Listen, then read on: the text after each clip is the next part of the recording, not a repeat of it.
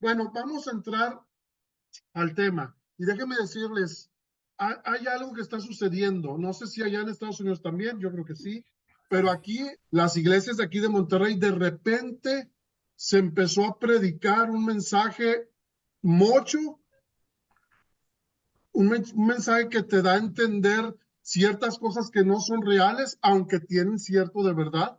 Y es el mensaje de que eres salvo por gracia y que nadie puede dejar de pecar.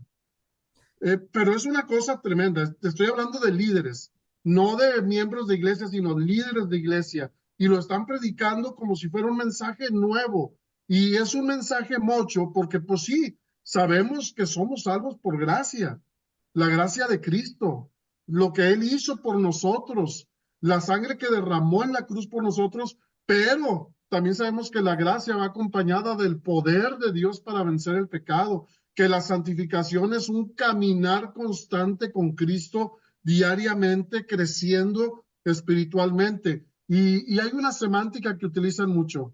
Es que, y lo dicen así, a mí me lo han dicho una vez así que apuntándome a la cara, o hay otra forma de salvación, y a la persona le temblaba la quijada, o acaso tú eres, y si no nomás a mí, se lo estaba diciendo a varios en la iglesia, y era un pastor. ¿O acaso tú ya no vives en pecados? Pero enojado. Después sucedió que ese pastor tuvimos que hacer algo muy tremendo porque traía un pecado oculto muy tremendo, acosaba a las hermanas y andaba haciendo, acosaba, pero una cosa tremenda, se destapó toda, pues por eso estaba predicando eso él, para justificar sus errores. Y la semántica es una cosa, es decir, ya no vamos a pecar nunca más. Aquí ya nadie peca, todos somos sin pecado. A decir, hay victoria sobre el pecado, que eso es lo que nosotros tenemos que hacer en la santificación, vencer. Por ejemplo, yo antes tomaba y fumaba y tenía en mi negocio de la muerte y escuchaba rock, pero vencí eso por medio de Cristo, del poder de la santificación, de la Amén. gracia de Cristo, del poder de Cristo. Pero ahora tengo otras luchas y tengo victoria tras victoria tras victoria. Y Dios me da la victoria cuando yo me pongo en las manos de Dios. Pero está surgiendo todo este problema dentro de la iglesia. Hay muchas formas de predicar que se están dando dentro de la iglesia aquí en México, sobre todo aquí en el norte, que son verdades, pero con un poco de mentira. Así, poquita mentira, pero esa mentira daña. Yo siempre les digo a los hermanos, hermanos, 1 litro de agua, 1 litro de agua, nuevecito, lo destapo, le pongo un goterito, pero les digo, este gotero lo saqué del inodoro del baño, de ahí del baño donde usted hace sus necesidades. ¿Quién se lo toma? Pues todos, no, no, yo no me lo tomo, yo no. No, ¿verdad? Porque ese goterito, ¿qué tanto es?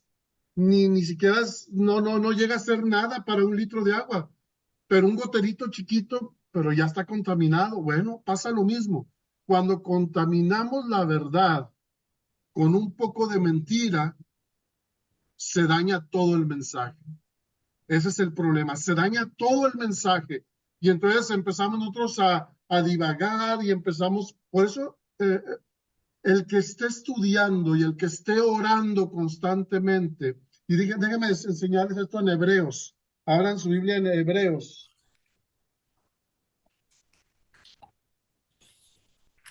vamos a usar la Biblia, me decía David que a ustedes les gusta escudriñar la palabra de Dios y a mí también me gusta mucho que todo se vaya leyendo por medio de la palabra de Dios. Y dice Hebreos capítulo 5 versículo 7. Y Cristo, en los días de su carne, ofreciendo ruegos y súplicas con gran clamor y lágrimas al que lo podía liberar de la muerte, fue oído a causa de su temor reverente. Y aunque era hijo, por lo que padeció, aprendió la obediencia. Y habiendo sido perfeccionado, vino a ser autor de eterna salvación para todos los que le obedecen. ¿Qué nos está diciendo este versículo?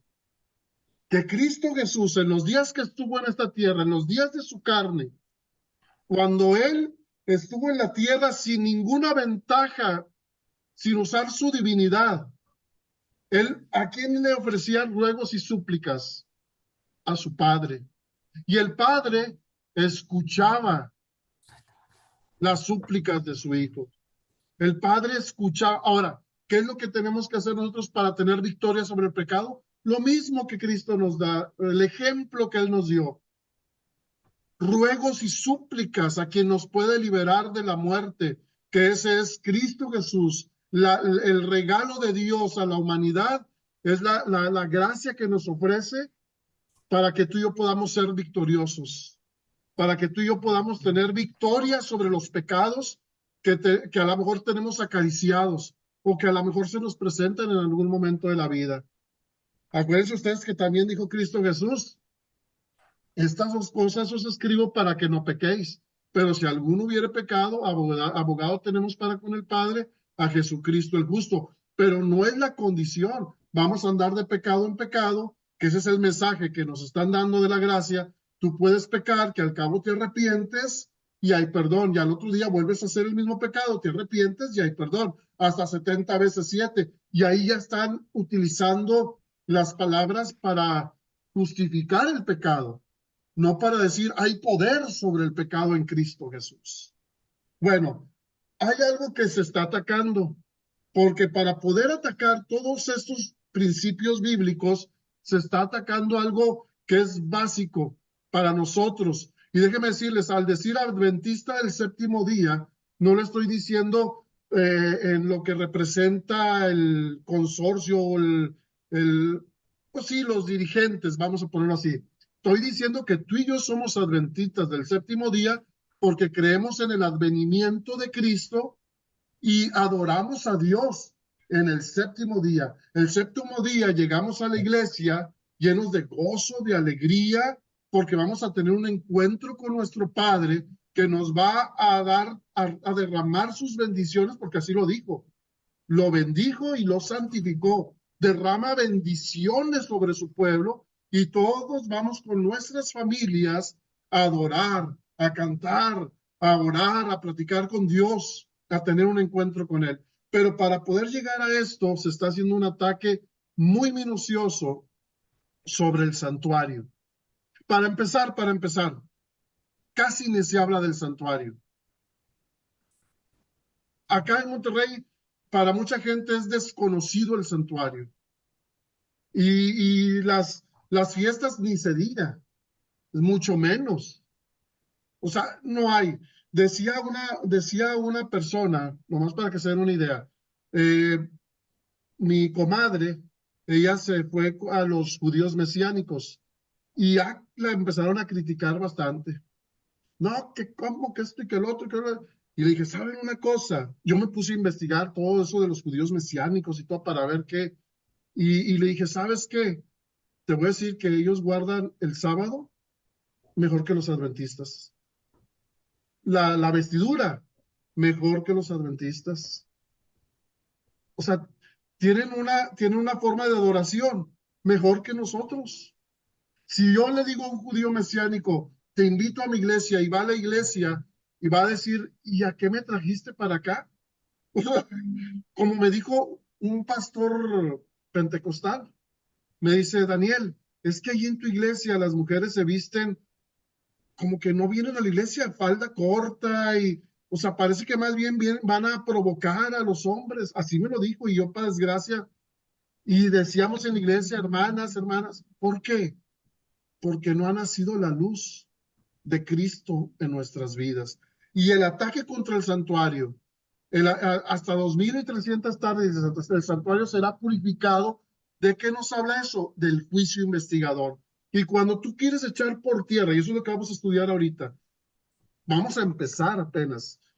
Cuando tú quieres echar por tierra eso, estás quitando el juicio investigador, estás quitando la ley de Dios, estás quitando el sábado de la ley de Dios y empiezas a echar por tierra todas las verdades bíblicas. Entonces ya todo se empieza a ajustar a como tú quieres ajustar la Biblia. Ya no la estás viviendo, ya no estás viviendo una experiencia con Dios en su palabra, sino que ahora te estás teniendo una experiencia de interpretación de la palabra de Dios. y cada quien la puede interpretar como él quiere. Eso es lo que está pasando acá. No sé si allá en Estados Unidos también, pero sin embargo en Juan, San Juan capítulo 3, háblanos para entrar ya de lleno a lo que es la palabra de Dios. Juan capítulo 3. Todos conocemos Juan 3:16, ¿verdad? Este es muy conocido, pero a veces los versículos que siguen son los que no los conocemos también o no queremos conocerlo o no quiere la iglesia que se conozca. San Juan capítulo 3, el 16 lo conocemos, pero luego el 17 dice, porque no envió Dios a su Hijo al mundo para condenar al mundo, sino para que el mundo sea salvo por él. El que en él cree no es condenado, pero el que no cree ya ha sido condenado porque no ha creído en el nombre del unigénito Hijo de Dios. Y esta es la condenación.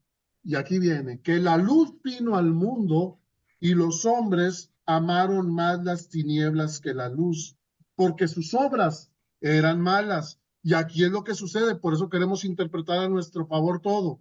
Porque todo aquel que hace lo malo aborrece la luz, o sea, aborrece a Cristo y no viene a la luz para que sus obras no sean reprendidas.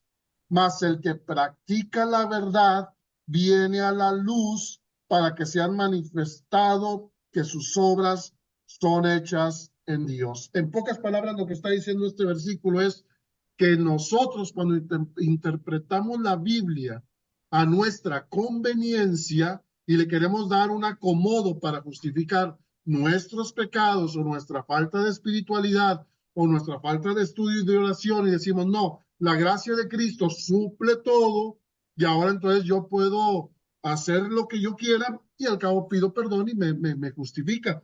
Pero aquí dice que no, que la luz vino al mundo, pero los hombres amaron más las tinieblas que la luz y por eso no van a la luz. Prácticamente lo que dice es para que sus pecados no les sean manifiestos. Porque cada vez que tú vas a la luz, que tú vas a tener un encuentro con Cristo por medio de su palabra, se manifiesta en ella esperanza, salvación. Es como una espada de dos filos que penetra, que te redarguye, pero te va a ayudar a ser transformado. Y aparte de eso, te va a indicar cuál es tu pecado y la solución para tu pecado. Entonces, si el problema está en que se está echando por tierra el santuario hasta 2300 tardes y el santuario será purificado, eso está en Daniel, vamos a ver Daniel, capítulo 8.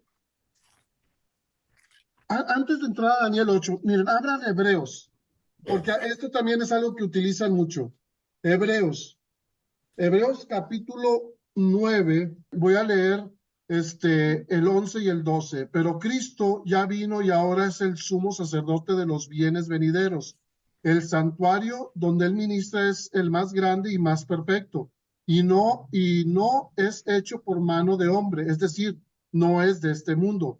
Y Cristo entró en este santuario una vez para siempre, no con sangre de machos cabríos ni de becerros, sino con su propia sangre, y consiguió la eterna redención. Aquí ¿cómo se dice esta versión? Dice, entró en el santuario. ¿Alguien tiene ahí alguna versión que diga algo diferente en vez de en el versículo 12? Si no, yo aquí tengo una, pero quiero ver si alguien de ustedes tiene una que es diferente. Es en el lugar santísimo lo mío.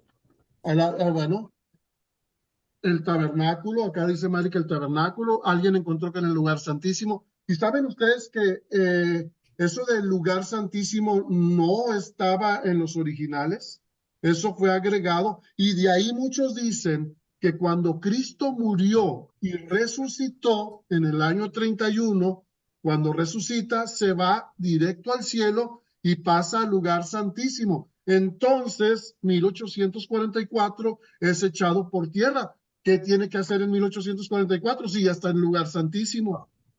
¿Te das cuenta? Pero una versión como la que les acabo de leer y versiones antiguas no ponen el lugar santísimo. Eso lo agregaron dos personas que el nombre se me va porque tiene un nombre muy raro, que para empezar ellos lo agregaron en las sociedades bíblicas, pero ni siquiera eran cristianos. La historia dice que ellos eran espiritistas y espiritualistas, masones, y ellos agregaron eso. ¿Por qué ese puro versículo lo utilizan para querer echar por tierra todo lo demás? Pero ahorita vamos a ver que ni aún así se puede echar por tierra. Pero ahí va, Hebreos, capítulo 1, versículo 3.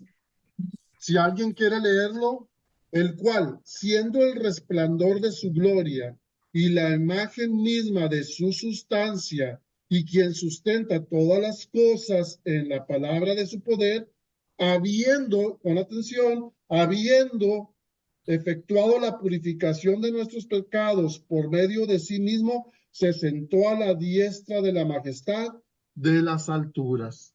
Y ahí dicen, ahí está, ya entró al lugar santísimo y se sentó al lado del Padre. Entonces, ¿por qué dicen que hasta 1844? Bueno, eso es lo que vamos a estudiar. Vamos a empezar a estudiar para ver si verdaderamente esto va a refutar que 1844 comienza la purificación del santuario. Y eso es lo que vamos a tratar de explicar, pero antes de entrar a eso, tenemos que entrar a otra profecía para poder entender la de las 2300 tardes y mañanas y el santuario será purificado. Tenemos que entrar a la profecía de las 70 semanas, porque tenemos que entrar, porque también esa profecía se echa por tierra. Ustedes saben que hay 69 semanas dedicadas, bueno, las 70 semanas son dedicadas al pueblo de Dios, pero la última semana está dedicada a nuestro Mesías. Pero esa última semana los evangélicos la dividen y una parte pues es el bautismo, la muerte y luego de repente los últimos días de esa semana los trasladan hasta el milenio.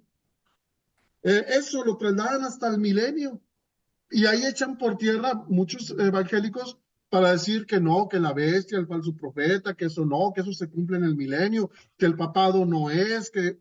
Y echan por tierra, hermanos, por eso hay que escudriñar la palabra de Dios para que podamos dar un toque certero. Y déjeme decirle, no, ni David, ni yo sé que nadie de los que estamos aquí somos mega estudiados en teología, somos estudiantes de la palabra de Dios, pero ¿saben una cosa? Dios en lo más humilde es donde se perfecciona.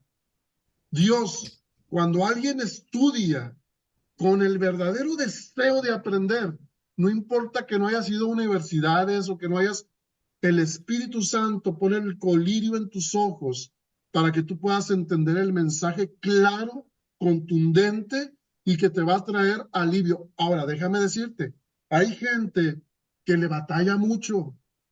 No hay que tampoco criticar a aquellos que tienen un poquito más, a lo mejor nunca estudiaron y aunque lo estudian y lo quieran estudiar, no les entra y no se les graba y tranquilos. Ellos hay que ayudarles, hay que tener paciencia, porque nosotros ya tenemos más tiempo a lo mejor estudiando, hemos aprendido que tenemos que pedir el poder del Espíritu Santo para que podamos tener ese colirio en los ojos para discernir las verdades. Pero bueno, vamos a entrar de lleno.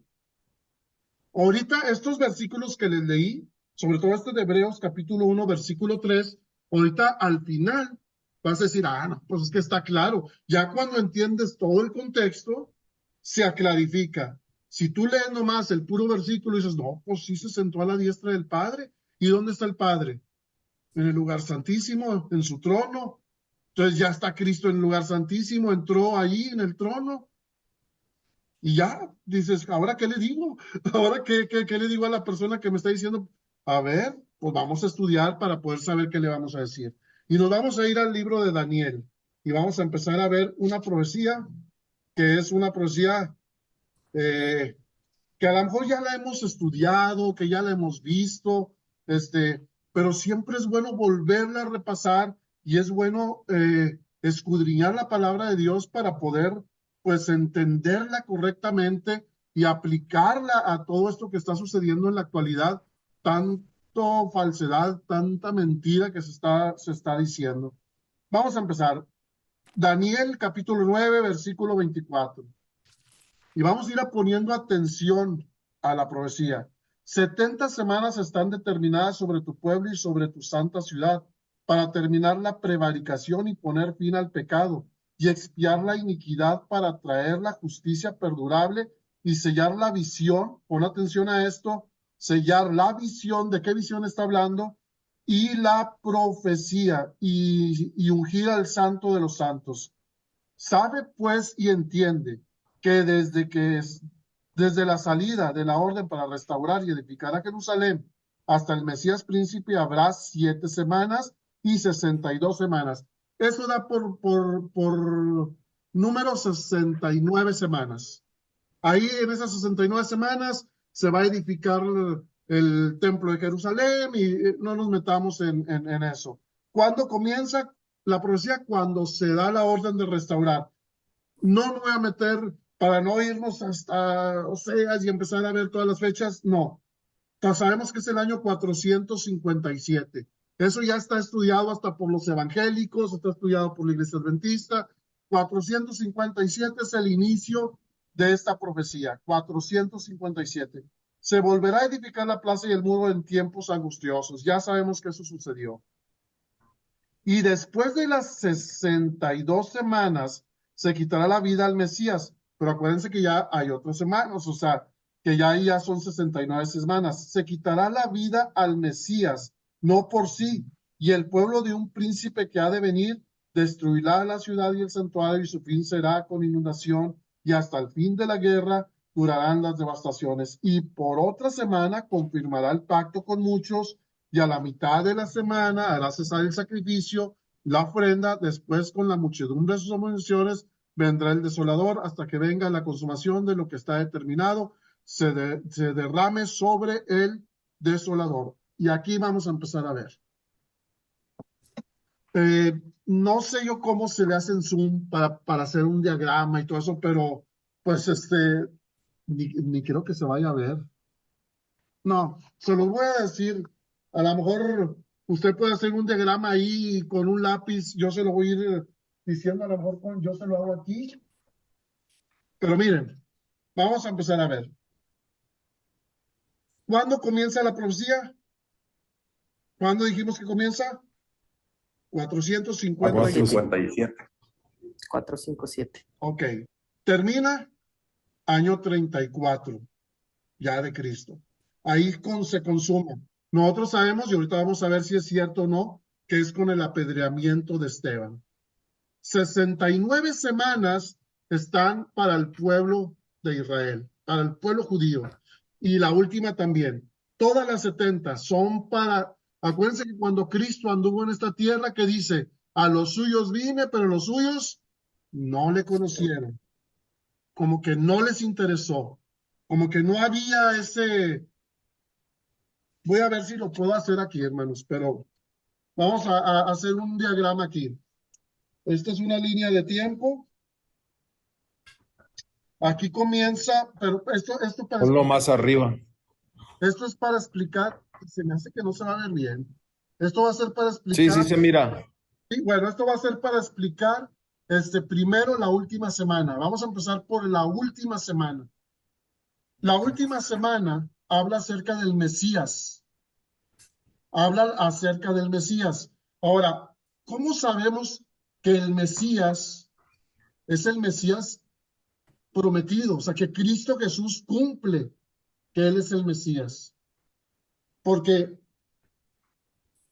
aquí en esta línea de tiempo, vamos a poner que comienza, y aquí está Abel. Este es Abel. No sé ni se entiende, pero vamos a poner, aquí está Abel. Déjeme decirle, Abel cumple las características del Mesías. Fue mártir. Para empezar, a Adán y a Eva se les dio la promesa de que en su simiente habría un Salvador, que aplastaría a la serpiente. Y desde Adán y Eva estaban esperando que viniera el Mesías. Abel, ¿podría haber cumplido las características? Sí. porque Abel fue mártir. ¿Venía de la simiente? Sí, venía de la simiente, venía de Eva. ¿Era justo? ¿Era justo? O sea, era justo delante de Dios. ¿La sangre de él clamaba? Claro, ahí no se lo dijo, Dios mismo se lo dijo a Caín, la sangre de tu hermano clama. Pero bueno, sigue la línea, porque ahorita vamos a ver por qué no cumplieron ellos. Y de repente podemos llegar a una línea y vamos a ver a Moisés, aunque no fue un mártir que murió, pero fue un libertador del pueblo de Dios. Aquí está Moisés. Moisés fue un libertador del pueblo. ¿Podía haber sido el Mesías? Podía haber sido. Vamos a decir la línea, aunque ya me fui, pero vamos a dar cuenta que me voy a poner atrás. Pero vamos a decir Abraham y su hijo Isaac. ¿Se acuerdan ustedes del monte Moria? En el monte Moria, cuando Dios le dijo a Abraham, dame a tu único hijo. Abraham conocía la profecía, todos la conocían, porque se había transmitido y todos esperaban al Mesías. Y Abraham e Isaac venía de una promesa. Venía de una promesa y Abraham le dijo, en tu simiente serán benditas todas las naciones. Y cuando Dios le dice, dame a tu único hijo, y Abraham va al monte Moria, Abraham en su mente decía, bueno, tal vez en él se está cumpliendo la profecía. Y Dios tiene el poder de resucitarlo como es. Pero vamos a seguir adelante. Y sigue la línea y nos encontramos ahora a Isaías. Isaías fue muerto como mártir, lo aserraron a la mitad. Fue un hombre entregado a Dios, venía también de la descendencia, de la simiente de la mujer. ¿Se acuerdan ustedes cuando iba el eunuco platicando en el carruaje que se le aparece Felipe y que le estaba enseñando la profecía el eunuco y le dice, ¿qué estás leyendo? Estaba leyendo Isaías 53. Varón de dolores, experimentado en quebranto, escondimos el rostro, por tu llaga, todos ya conocen Isaías 53, ¿verdad? Y le dice el eunuco a Felipe, ¿está hablando de él, de Isaías, o está hablando de otro? Bueno, y sigue la línea de tiempo y ahora llegamos hasta encontrarnos con la última semana. Y en esta última semana nos encontramos con una fecha muy importante. El primer mes, el día 14. El primer mes del día 14 de las fiestas judías se celebra la Pascua. Y ese día era la Pascua de Pascuas, porque ese día moría Cristo. Bueno, vamos a hacer un poquito acá atrás, porque en el año 27, aquí es bautizado Cristo. Es la última semana. Aquí empieza la última semana, año 27, año 31, la Pascua de las Pascuas, Cristo Jesús muere. ¿Qué dice Gálatas 4? Si no lo recuerdo, es Gálatas 4:4. Pero cuando vino el cumplimiento del tiempo, Dios envió a su Hijo, nacido de mujer y nacido bajo la ley. ¿De cuál tiempo está hablando ahí? Si no estudiamos el santuario, si no estudiamos las fiestas, pues ¿cuál tiempo? No tienes ningún tiempo en la mente, no hay referencia de tiempo, no estudias ni el santuario, ni las fiestas, ni Levíticos, ni nada, no hay nada de referencia, entonces te pueden decir un versículo y ¡pum!, te va de largo. Pero aquí está diciendo, llegado su tiempo. Llegado su tiempo. ¿Cuál era su tiempo? Que tenía que llegar la Pascua. ¿Se acuerdan? Ahí en el versículo 5 también da otra clave. La clave, el 5. Ok, léelo. Dice, para que redimiese a los que estaban bajo la ley, a fin de que recibiésemos la adopción de hijos. Así es. Sí. Bueno, entonces Viene el año 31 y Cristo muere en la cruz. El año 31, voy a ponerlo más acá, año 31. ¿Por qué Cristo, si estamos conscientes de que hay tiempos, que el santuario tiene una serie de tiempos, que las fiestas van también con sus tiempos, cuando Cristo Jesús es bautizado y cuando Cristo Jesús muere, pero cuando muere es la Pascua, 50 días después, ¿qué era lo que se celebraba? El Pentecostés. Y Cristo estuvo 40 días con los discípulos. Entonces, si estuvo 40 días con los discípulos y ascendió al cielo, no pudo haber, no cumplía. Si se dan cuenta, no cumplía, porque no podía ascender antes de que perdón, sí podía ascender, pero no podía entrar al lugar santísimo al día de expiación antes de que se cumpliera el tiempo, porque después venía el Pentecostés y después del Pentecostés pasaba tiempo y nos encontramos con las trompetas y luego nos encontramos con el día de expiación. Y el día de expiación, ahí tenía que cumplirse cuando Cristo entraba al lugar santísimo, no antes. Si entraba antes, los que sabemos acerca de las fiestas o del santuario, sabemos que no se podía llevar antes. Ahora, ¿pudo haber sido en ese mismo año, el día de la expiación? Sí pudo. ¿Pudo haber sido el siguiente? Sí, sí, sí, sí. Bueno, si no estudias. Sí, sí, sí, sí. ¿Cuántos días de expiación hubo hasta el día de hoy? 2000 días, más de 2000 días de expiación ha habido. Pero ¿por qué sabemos que no podían ser ninguno de estos? Porque hay un tiempo. 2300 tardes. Sí, si quieren comentar. Sí, porque hay un tiempo definido. Ajá. Hay un tiempo que ya está definido, ya está marcado, que tenía que ser el día de la expiación. ¿Y cómo sabemos que no puede ser en ninguno de esos años, después del año de que Cristo murió? ¿Por qué sabemos que no fue en esos años? Porque hasta 2300 tardes y el santuario será purificado.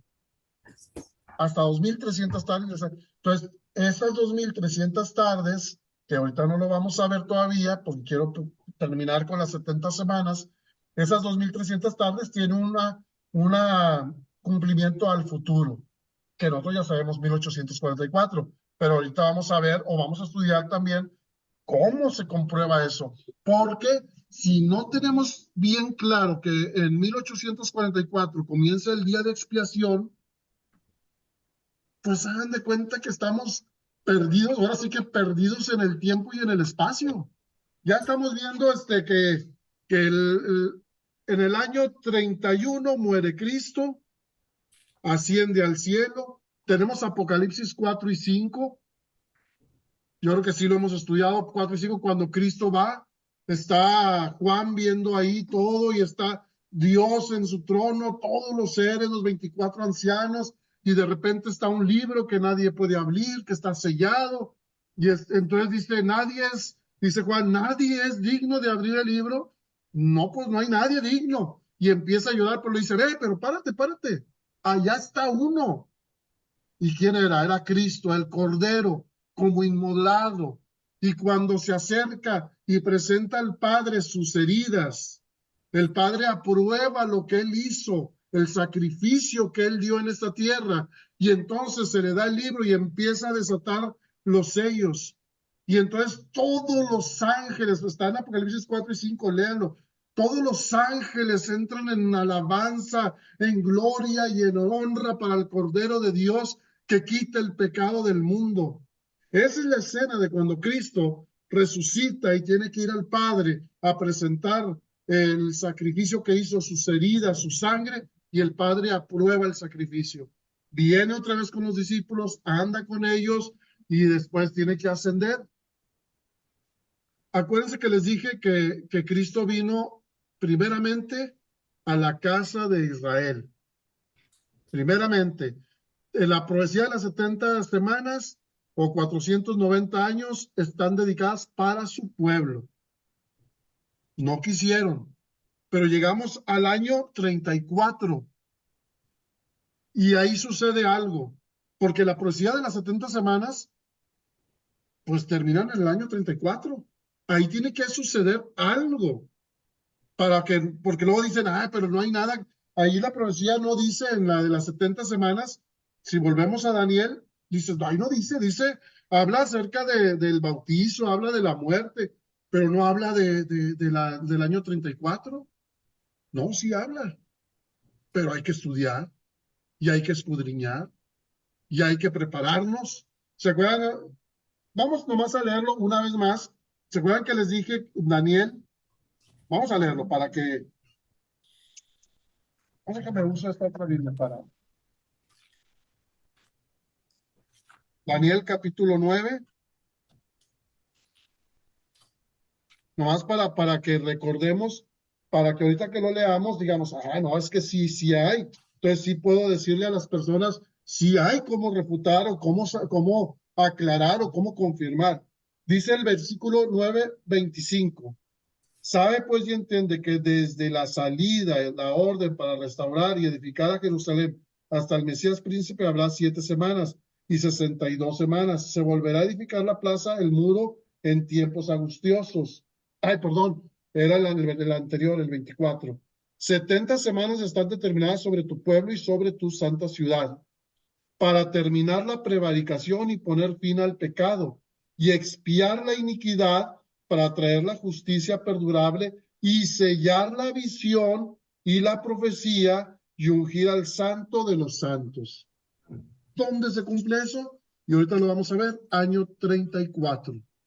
Esto se cumple en el año 34. ¿Cómo lo podemos saber?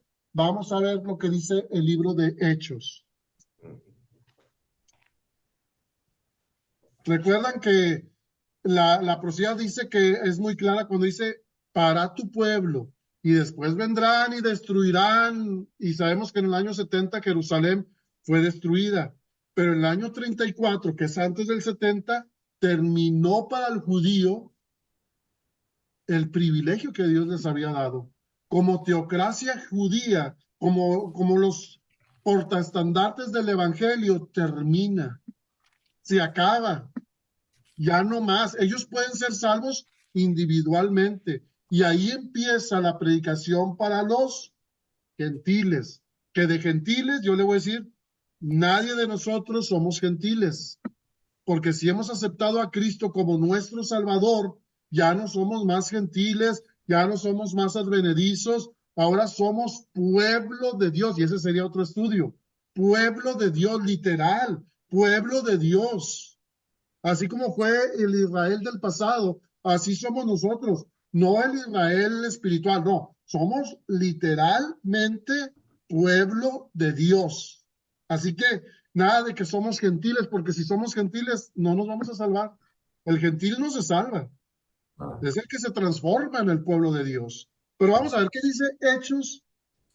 Hechos capítulo 1, 8. Mas recibiréis la virtud del Espíritu Santo, que vendrá sobre vosotros, y me seréis testigos. Pon atención. ¿En dónde primero?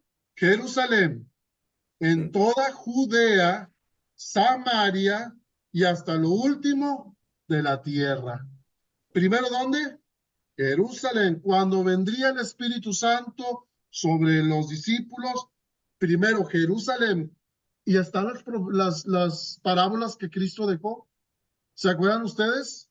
Cuando envió a las fiestas y rechazaban la invitación y afrontaban a los enviados, y luego vuelve a enviar y otra vez rechazan. Ahí está hablando de toda la historia del pueblo de Israel, hasta que dice, ¿sabes qué? Vete a la plaza. Tráetelos a los que veas ahí en la plaza, a todos esos que son gentiles, a esos que van a aceptarme, y llena el salón de todas esas personas. Pero bueno, dice aquí, en Judea, en Jerusalén, en Judea, en Samaria y hasta lo último de la tierra. Si tú sigues leyendo el libro de Hechos, yo te voy a decir una cosa que es algo impresionante. Toda la primera parte del libro de Hechos, tú léelos los primeros capítulos, y está hablando al pueblo de Jerusalén. Está hablando Pedro y está hablando al pueblo de Jerusalén, antes de la diáspora. Todo esto es antes de que el pueblo fuera esparcido. Están los primeros cristianos predicando dentro del pueblo de Jerusalén. Tú te vas a encontrar eso. Pero luego de repente llegamos al capítulo 8 y ahí empieza a predicarle a Samaria. Tú léelo, esa va a ser tu tarea, porque si no, ya llevamos 1 hora y no vamos a terminar. Pero el capítulo 8 le predica a los de Samaria. En el capítulo 9 nos encontramos con Saulo. Pero Saulo cuando estaba persiguiendo, cuando estaba en el nombre de Dios, perseguía al pueblo de Cristo. Y ahí nos encontramos a Pablo persiguiendo al pueblo de Dios. Déjame nomás, voy a buscar aquí un versículo. Quiero que ustedes empiecen a ver esto. Porque quiero que lo lean. Quiero que ustedes lean esto. Si ustedes leen todo el capítulo 7, cuando empieza a hablar el capítulo 7, se empiezan a dar cuenta de que Saulo es apresado, de que Saulo es llevado al concilio, de que Saulo empieza a predicarle al concilio, al pueblo de Jerusalén, y nos vamos, y les empieza a dar toda la historia de todo lo que el pueblo hizo, de todo lo que Dios hizo por el pueblo y todos los rechazos que recibió Dios de parte de su pueblo. Pero luego llegamos al versículo 51 del capítulo 7 y dice, duros de cerviz e incircuncisos de corazón y de oídos. Miren, quiero que noten algo. Esteban, perdón, Esteban no va a dar un mensaje de arrepentimiento. Esteban, usted mire y no da ni un mensaje de arrepentimiento. O sea, de que arrepiéntanse, conviértanse. No, no, no. Dice, duros de cerviz e incircuncisos de corazón y de oídos. Vosotros resististeis siempre al Espíritu Santo, como vuestros padres, así también vosotros. ¿A cuál de los profetas no persiguieron vuestros padres y mataron a los que antes anunciaban la venida del justo, del cual vosotros ahora habéis sido entregadores y matadores? ¿Qué recibiréis la ley por disposición de ángeles y no la guardasteis? Y oyendo estas palabras, fíjense cómo estaba el pueblo de los sacerdotes y todos, regañaban regañaban de sus corazones y crujían los dientes contra él. O sea, se llenaron de rabia, o sea, se llenaron de odio con el mensaje. Ya no era un mensaje donde Dios les estaba dando una última oportunidad. Ya la oportunidad era el año 34, ya la estaban perdiendo. Ahora Esteban les está diciendo, ustedes son unos cabezadura. Dios quiso hacer todo por ustedes, pero ustedes lo rechazaron, persiguieron a los profetas, mataron a los profetas. Es más, miren, abran Mateo, no pierdan este versículo. Abran Mateo 23. Mateo 23. Dice Mateo 23, el versículo 32. Y aquí está hablando Cristo. Vosotros también llenad la medida, voy a esperar a que lo tengan. Mateo 23, 32 dice, vosotros también llenad la medida de vuestros padres, serpientes, generación de víboras. ¿Cómo escaparéis de la condenación del infierno? Por tanto, aquí yo os envío profetas, sabios, escribas, y de ellos a unos mataste, a otros crucificaste, a otros azotaste en vuestras sinagogas, y perseguiréis de ciudad en ciudad, para que venga sobre vosotros toda la sangre, y sígales leyendo. Pero luego nos encontramos en el versículo 38, he aquí vuestra casa, es más, el 37, Jerusalén, Jerusalén, que matas a los profetas y apedreas a los que te son enviados. ¿Cuántas veces quise juntar a tus hijos como la gallina junta sus polluelos? debajo de las aguas y no quisiste. He aquí vuestra casa. Aquí ya Cristo está diciendo, he aquí vuestra casa. Ya no dice mi casa como un poco antes cuando estaba echando fuera a los mercaderes del templo. A ellos les decía, mi casa la han convertido en casa de ladrones, en mercadería. Pero ahora aquí les dice, vuestra casa os es dejada desierta, porque os digo que desde ahora no me veréis hasta que diga, bendito el que viene en el nombre del Señor. Pon atención a esto. No me veréis hasta que diga, bendito el que viene en el nombre del Señor. Y si tú sigues leyendo, te das cuenta en el 24, Cristo se levanta, se va al monte de los olivos y el templo de Jerusalén es dejado desierto. Y ya un poco después, pues es cuando lo toman preso y empieza pues, su muerte en la cruz y todo. Volvamos otra vez a Hechos. Digo, sí, perdón, 7. 55 y 56. 7, 55 y 56. Ya leímos desde el 51.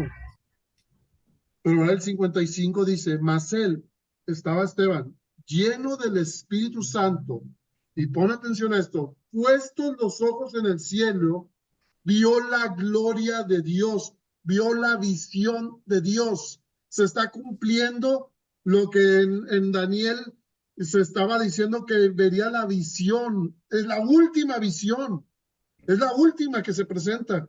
Dice, y a Jesús que estaba a la diestra de Dios. Hasta la piel se me pone chinita, hermanos. Y dijo, he aquí veo los cielos abiertos y al Hijo del Hombre que está a la diestra de Dios. Entonces, dando grandes voces, y ahí viene el apedreamiento de Esteban. Pero en el capítulo 8 viene el apedreamiento de Esteban, y en el capítulo 9, Saulo se convierte y empieza a predicar. Ahora es Pablo. Y en el capítulo 10, nomás que quiero encontrar un versículo. Se me hace que se lo voy a deber. No, aquí está. En el capítulo 13, abran capítulo 13, versículo 46 y 47. Ustedes van viendo cómo va la cronología y se va predicando en Jerusalén y se va predicando y se va predicando en Judea y luego se va predicando. Pero ahora aquí, ya cuando Pablo está predicando, ya cuando Pablo predica a los gentiles, en el 46 y 47 dice, entonces Pablo y Bernabé, usando de libertad, dijeron, a vosotros a la verdad era menester que se les hablase la palabra de Dios, mas pues que la desechasteis y os juzguéis indignos de la vida eterna, he aquí nos volvemos, ¿a dónde dice? A los A los gentiles. gentiles. Porque así nos ha mandado el Señor diciendo, te he puesto para luz de los gentiles, para que sean salud hasta lo postrero de la tierra, hasta lo último de la tierra. Y ahí se cumple. En el apedreamiento de Esteban terminan las 70 semanas.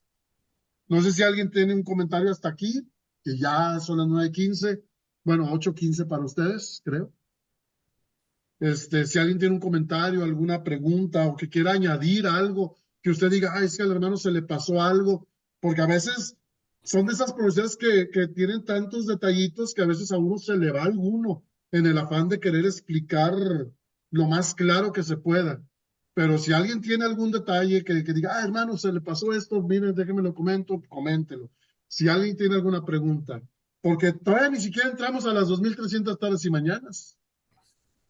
Próximo miércoles. Miércoles. Porque déjeme decirle algo, sin usar espíritu profecía, vamos a comprobar que hay juicio.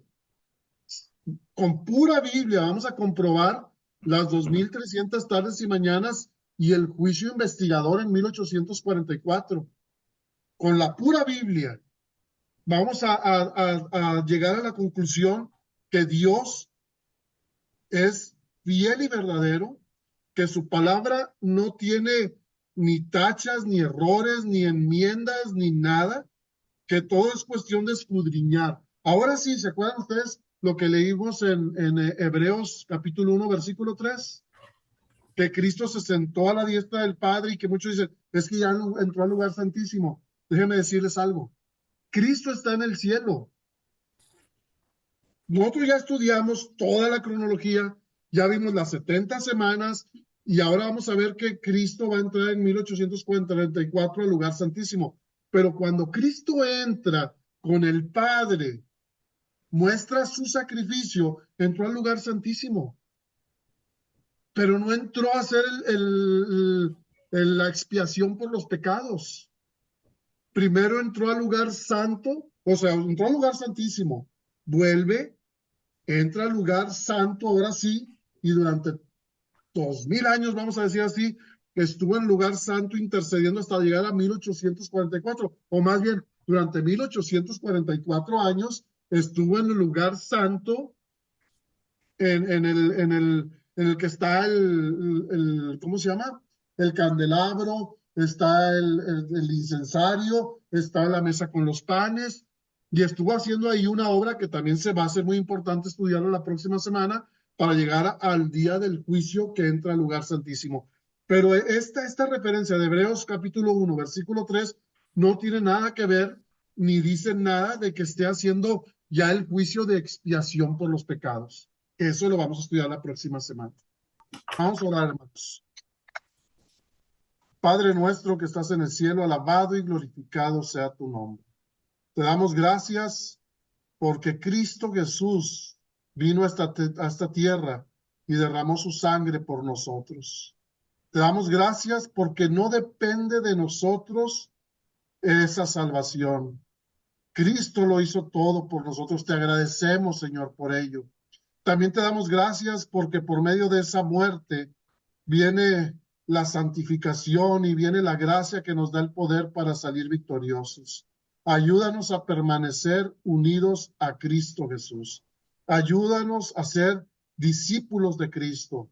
Ayúdanos, Señor, para poder mantenernos fieles y firmes hasta el día que tú vengas por segunda vez. Señor, te agradecemos porque tú has prometido darnos entendimiento y conocimiento. Has prometido darnos paz y seguridad en estos tiempos. Señor, sabemos que vienen tiempos difíciles, donde nuestra fe va a ser zarandeada como nunca lo ha sido. Señor, te pedimos humildemente que fortalezcas nuestras vidas espirituales para que cuando vengan los tiempos muy difíciles, en donde nuestra fe sea zarandeada, Señor, podamos estar firmes en Cristo Jesús. Señor, al despedirnos de esta transmisión, llévanos con bien a nuestros hogares. Ayúdanos a mantenernos todos los días unidos a Cristo y te pedimos con toda humildad, perdona nuestros pecados. Nos acercamos hasta el trono de tu gracia por el sacrificio de Cristo y Señor, clamamos por el perdón de nuestros pecados. Cada quien lo conoce, ese pecado. Tú los conoces. Perdónanos y fortalécenos para no pecar más. Danos la victoria sobre los pecados, Señor. Te agradecemos porque eso tú lo haces y nos rendimos delante de ti. Te lo pedimos todo, no porque haya mérito en nosotros, Señor. No hay nada que te podamos ofrecer, pero te ofrecemos nuestro corazón para que lo cambies en un corazón de carne. Te lo pedimos en Cristo Jesús. Amén.